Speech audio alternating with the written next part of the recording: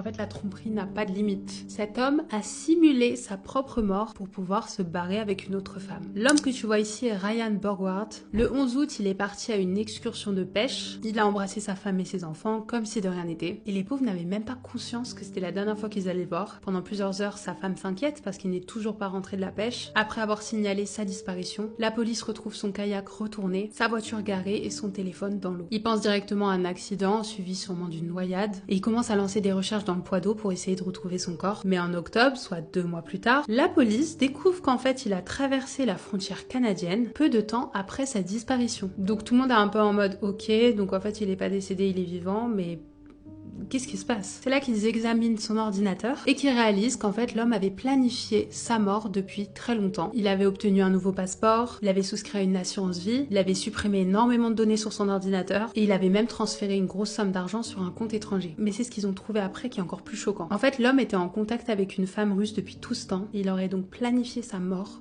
pour pouvoir quitter toute sa famille et sa femme et se mettre avec cette femme. Finalement, il a eu le culot d'envoyer une vidéo aux autorités pour leur dire qu'il était vivant et qu'il fallait pas s'inquiéter pour lui. Peu de temps après ça, il est revenu dans le Wisconsin et il a été arrêté, bien évidemment, pour avoir simulé sa mort. La grande question qu'on se pose quand même, c'est pourquoi est-ce qu'il est revenu? Est-ce que sa relation avec cette femme n'a pas fonctionné? On n'en sait rien, mais en tout cas, c'est vraiment très tordu et ça fait juste super peur de se dire qu'il a pu faire ça à ses enfants, leur faire croire qu'il était mort. Je te laisse me dire ce que t'en penses dans les commentaires et abonne-toi pour plus de vidéos.